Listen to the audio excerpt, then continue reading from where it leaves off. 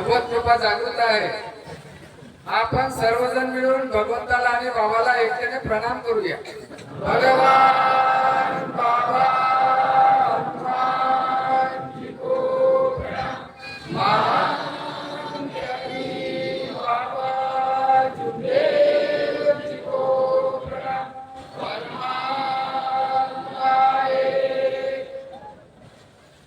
मंडपाच्या बाहेर जे सेवक फिरत आहेत त्यांनी ताबडतोब मंडपामध्ये येऊन बसण्याचे करावे।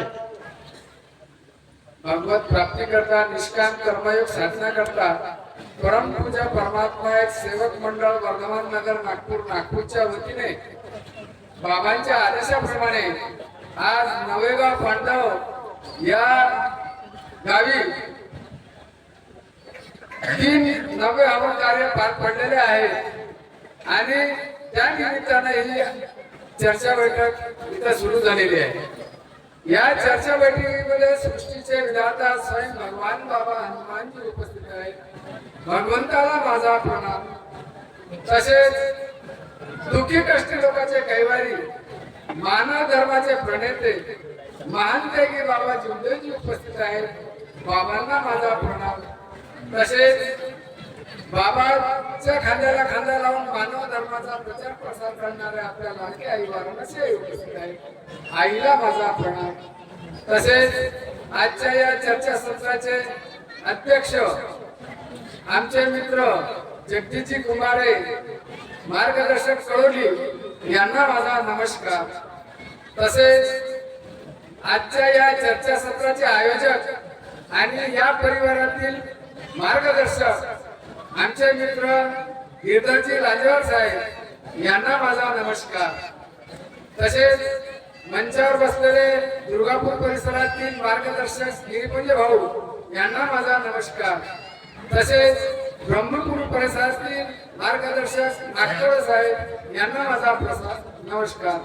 तसेच अहिरगाव परिसरातील मार्गदर्शक राऊत साहेब यांना माझा नमस्कार। तसेच सुरगुडी परिसरातील मार्गदर्शक चट्टे साहेब यांना माझा नमस्कार। तसेच आदरणीय मंचावरील सर्व मार्गदर्शक आणि चंद्रपूर शाखेचे सर्व संचालक मंडळ या सर्वांना माझा आदरपूर्वक नमस्कार। बरेचशा लोकांचे मार्गदर्शन इथं झालेलं आहे आणि सुंदर सुंदर असं मार्गदर्शन झालेलं आहे।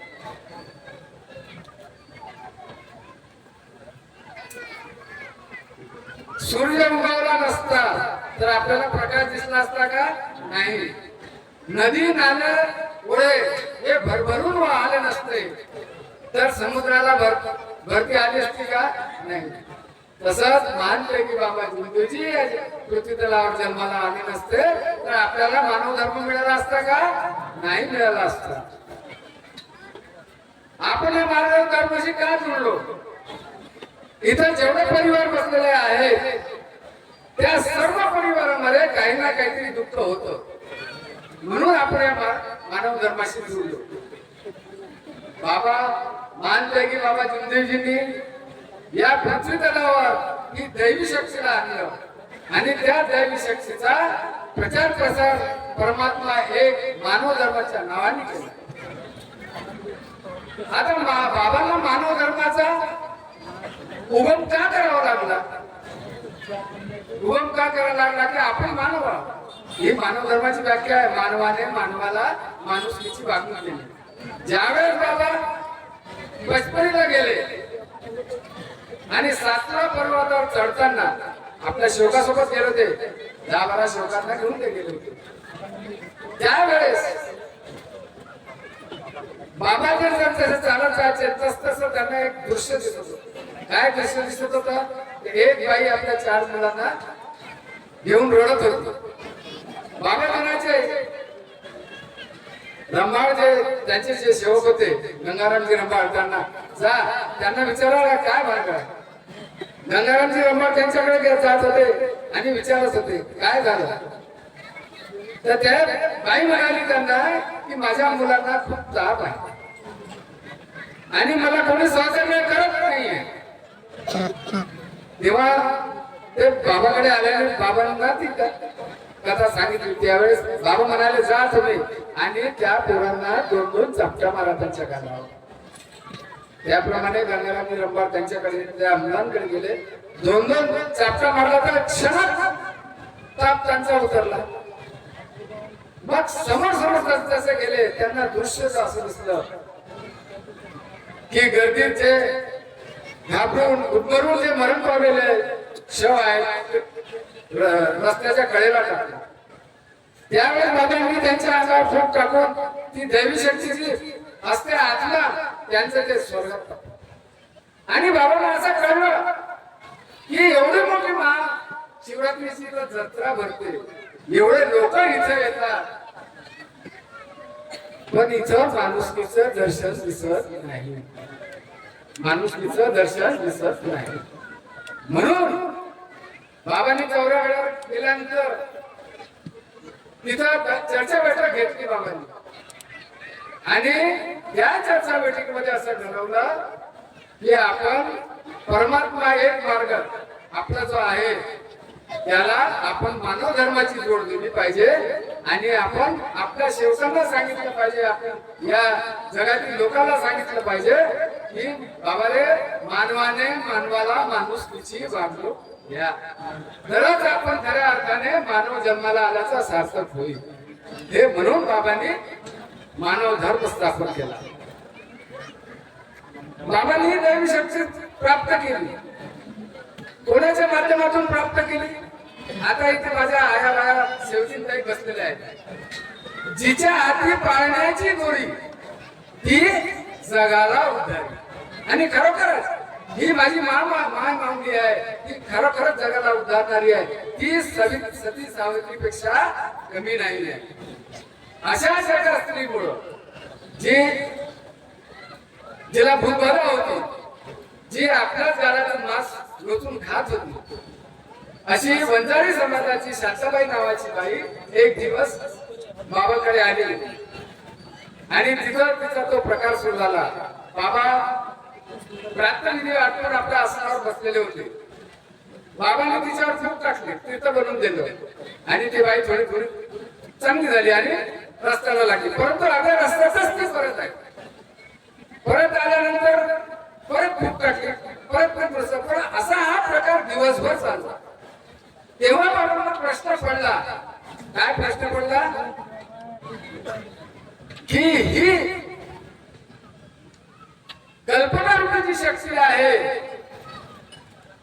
आणि मी जे हनुमानजीचं फूट मारून या बाईला मी त्रस्त करतो, पण ही बाई त्रस्त होत नाही आहे. तर ही कल्पना रूपी शक्ती कोणत्या दैवी शक्तीने जाईल हा प्रश्न बाबांना पडला. आणि त्यांनी हनुमानजी समोर प्रश्न ठेवला की हे हनुमानजी, ही कल्पना रूपी शक्तीला परास्त करणारी अशी कोणती दैवी शक्ती आहे या जगात, हे तुम्ही मला सांगा. त्या दैवी शक्तीची मी प्राप्ती करते.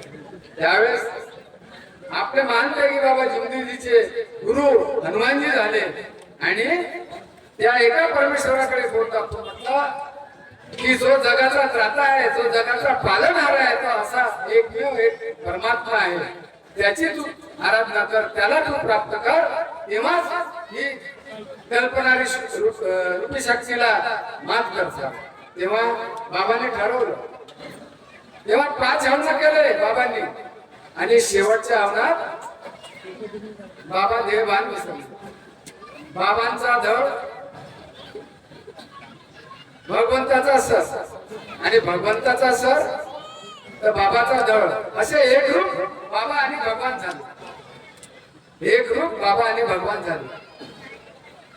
तेव्हा भगवंताने बाबाला म्हटलं, भलाई तूने मुझे प्राप्त किया, लेकिन मैं मानव पे कभी विश्वास नहीं करता. मानव ये बेईमान है. आणि बाबाने काय ठरवलं? मी मानवाची इमाने इतबारे सेवा करीन.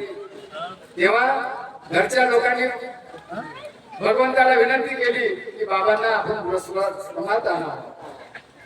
बाबा 3 महिने पूजावस्थेत राहिले आणि 15 नोव्हेंबरच्या दिवशी बाबा बृहस्पतीत आले.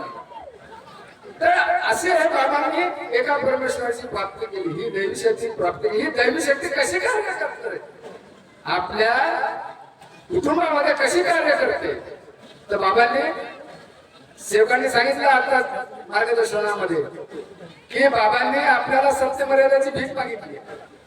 का बरं मागितली असं नाही, तर माझा सेवक आपल्या कुटुंबामध्ये सत्य मर्यादा आणि प्रेमाची वागणूक करत असेल तर त्या ठिकाणी ती दैवी शक्ती उभी राहते, त्या ठिकाणी ती दैवी शक्ती उभी राहते आणि त्या मला सुखी समाधान करते. याचं एक उदाहरण सांगतो. उदाहरण म्हणजे हा अनुभव आहे, फार मोठा अनुभव आहे दैवी शक्तीचा. आमच्या चंद्रपूर शहराच्या चर्चा बैठकीमध्ये मोहने साहेबांच्या घरी चर्चा बैठक होती. त्यावेळेस माझ्या पक्के झालेले एक सेवक आले होते, दोघे मिळून, आणि त्या बाईने आपला अनुभव सांगितला.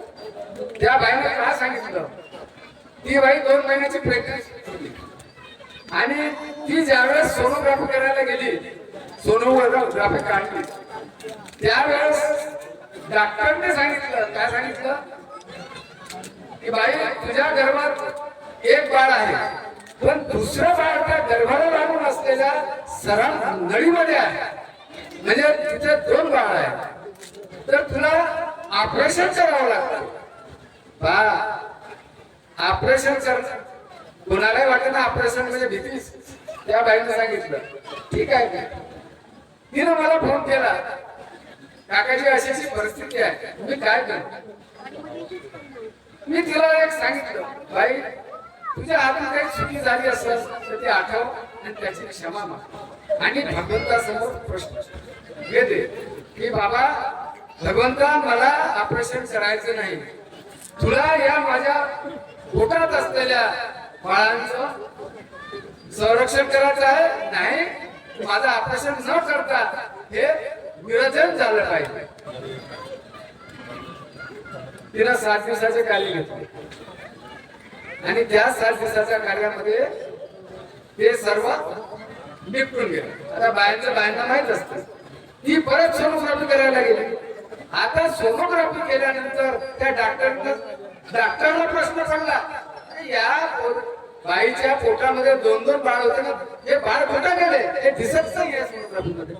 म्हणजे एवढी मोठी ती दैवी शक्ती, ही दैवी शक्ती कसं कार्य केलं असेल, तर त्या बाईंना जे आपलं ध्येय मजबूत ठेवलं होतं, एक लक्ष एक चित्त एक भगवान, या मनीप्रमाणे बाईने भगवंताची सेवा केली. दोघी नवरा बायकोनी योग मागितला आणि त्या योगाला ते फळ मिळालं. अशी ही दैवी शक्ती या आपल्या मार्गामध्ये कार्य करते. परंतु आपण काय करतो, या मार्गामध्ये एवढी दैवी शक्ती आपल्याला मिळाली असून आपण त्या दैवी शक्तीला बेईमान होतो.